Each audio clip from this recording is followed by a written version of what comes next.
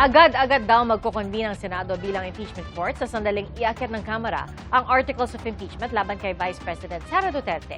Ayon po yan kay Senate President Tito Soto. At sa sentro naman sa Statement of Assets, Liabilities and Net Worth o SALN ng Vice Presidente ang pagdinig ng House Committee on Justice bukas. Saksi si Tina Panganiban Perez.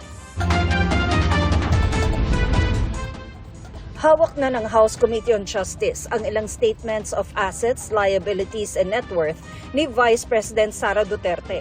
Sa SALN ng Vice noong 2022, ang net worth niya at ng kanyang asawang si Atty. Manasseh Carpio nasa mahigit 71 milyon. Noong 2023, umakyat ito sa mahigit 77.5 milyon.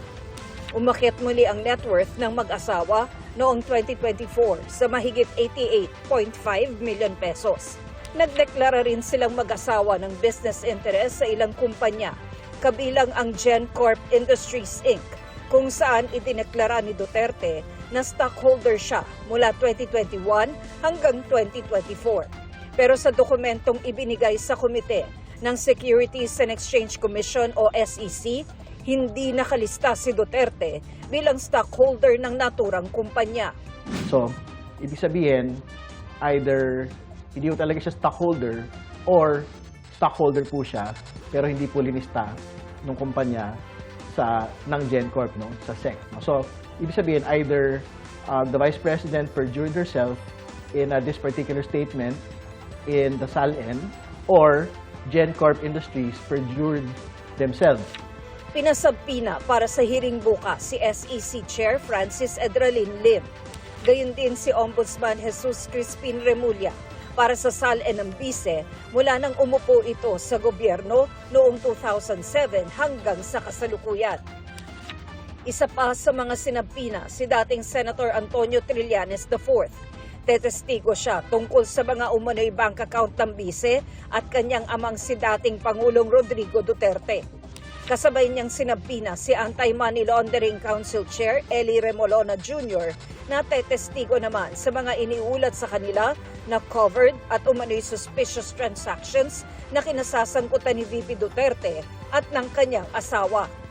Pinahaharap din bukas si Bureau of Internal Revenue Commissioner Attorney Charlito Martin Mendoza at pinadadala sa kanya ang tax records ng Vice, ni Carpio at ng mga kumpanyang konektado sa mag-asawa. Naniniwala si Rido na pag nasuri nila ang mga dokumento bukas, may makikita silang iba pang basehan ng probable cause laban sa Vice. I think as soon as we see the AMLC report tomorrow and see the SEC documents in full tomorrow po, I think we can say with great confidence na unexplained wealth, SALN violations will also rise to the level of an impeachable offense, which is betrayal of public trust. Hinihinga namin ang pahayag si Vice President Duterte kaugnay ng mga ito. Pagkatapos ng hearing bukas, ang susunod ay sa April 29 na. Nauna nang sinabi ni House Committee on Justice Chair, Representative Jervy Luistro, na ang tututukan naman sa hearing na yon ay ang banta ni VP Duterte kay Pangulong Bongbong Marcos, First Lady Liza Marcos at dating House Speaker Martin Romualdez. Sa oras na iakyat sa Senado ang Articles of Impeachment laban sa Vice Presidente, agad daw na magko-convene ang Senado bilang impeachment court ayon kay Senate President Tito Soto. Definitely forthwith. As soon as the Senate receives it, I will inform the Senate and refer it to the Committee on Rules. By May 4, if we receive the articles of impeachment, then we will immediately convene as an impeachment court. Kung mangyari yan, Mayo rin daw posibleng magsimula ang impeachment trial. Within a month, matagal na yun.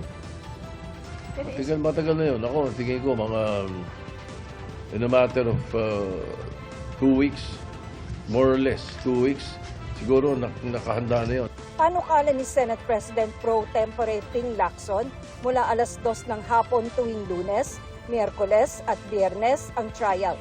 Mula alas 3 ng hapon naman kapag Martes at Huwebes para raw hindi mapabayaan ang paggawa ng mga batas. Kung sakali, kailangan pa itong aprubahan ng mayorya. Sabi ni Soto na pag-usapan na ang posibleng impeachment trial sa pulong kasama ang 9 na majority senators. Nagkomento rin ang Senate President, tungkol sa pahayag ng ilan na tiyak ng boboto ang ilan sa mayorya para makonvict si Duterte. Yung mga maruruming aligasyon, iwan na lang natin sa basurahan kasi maling-mali yun sapagkat it can go both ways. And I would like to think that all 24 senators are impartial and should be and must be impartial. Ako si Tina Panganiban Perez, ang inyong saksi.